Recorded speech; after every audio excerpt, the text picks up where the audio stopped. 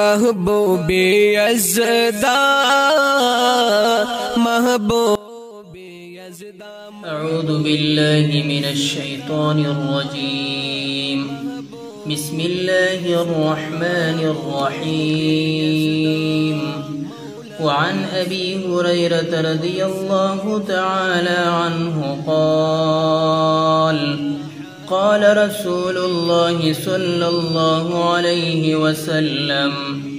قال الله تعالى أحب عبادي إلي أعجلهم فطرا أو كما قال عليه الصلاة والسلام. دا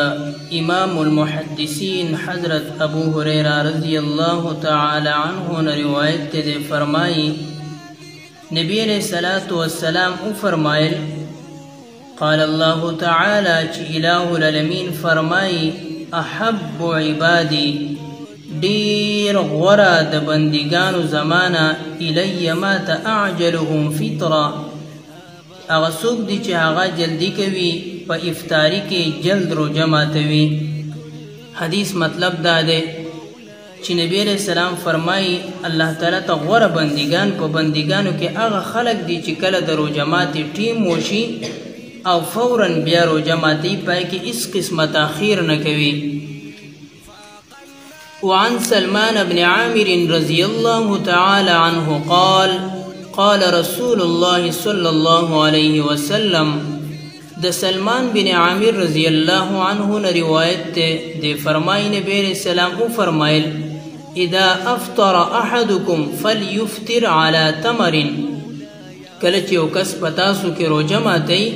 فلیفطر نو پکار چی دے رو جمع تی کی على تمر پکجور باندے فإنه برکت یقینا پدی کجور کی برکت تے فإن لم یجد فلیفطر على ماء کدے کجور بیا نمومی فلیفطر نو دے دی رو جماعت کی علی مائن پوبو باندے فإنه طہور یقینا داوبو پاکی دی حدیث مبارک کی نبی علیہ السلام درو جماعت متعلق ذکر و فرمائی چی روجہ و پسیشی باندے ماتوئی نو نبی علیہ السلام فرمائی چی بہتر دادا چی تاس روجہ پا کجور باندے ماتکئی زکوی اللہ تعالیٰ ستاس دا پارا پدی کی برکت خود دے. محدثین حضرات فرمائی چی ولی پا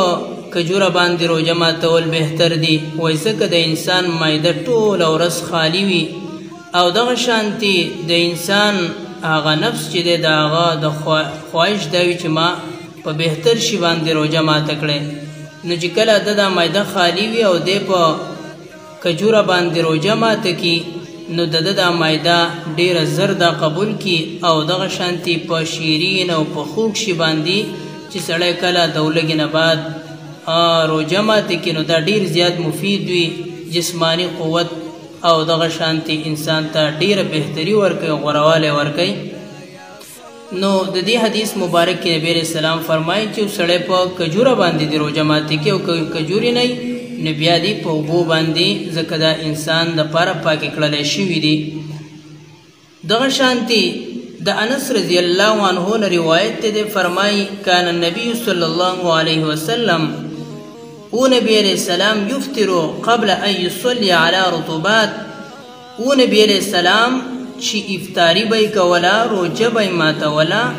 مخ کی دا منزک اولونا نبی علیہ السلام با دما خام منز لانو کڑے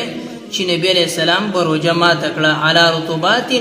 پشنو تازه کجورو باندی فإن لم تکن رطوبات کلب چی تازه کجوری نوی فتومیراتون نبیا با نبی علیہ السلام پا وچو کجورو سرا یعنی پچیوارو سر نبی علیہ السلام روجہ ماتولا فإن لم تکن تومیراتون کلب چی دا وچی کجوری هم نوی حسوات مما نبی علیہ السلام با پیوسو گوٹو تو بو باندی بیا رو جمع تولا. دی حدیث مبارک کی هم نبی علیہ السلام پا کجورا باندی او پو بو باندی دا افطاری کولو ترغیب امت تور کڑے دے چی زما امتیان کل رو جمع تی نو مخ کی دا مخام دا منزن من بیلانی کڑے پا آغی دا رو جمع ماتی کی او دا غشانتی پا کجورو باندی لاول تازه کجوری که تازه کجوری نئی نو بیا وچی کجوری چی وارو پر شکل کی او کدی انسان دغه وس هم نکیږي نو فإن لم تكن تميرات حسا حسوات مما نبي د یوسو دوبو په یوسو ګټو باندې روزه ماته کی دا بهتر او غوره او مسنون طریقه ده ان شاء الله من دا کوم حدیث مبارکه بیانو نو د روزي متعلق د افطاری متعلق ان شاء الله به د سحری متعلق او دغه شانتي مختلف قسمه مسائل ان شاء الله بیانات دا پکې موږ ټیم په ټیم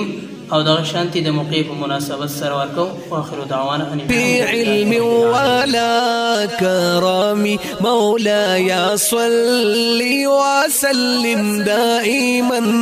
ابدا على حبيبك خير الخلق كلهم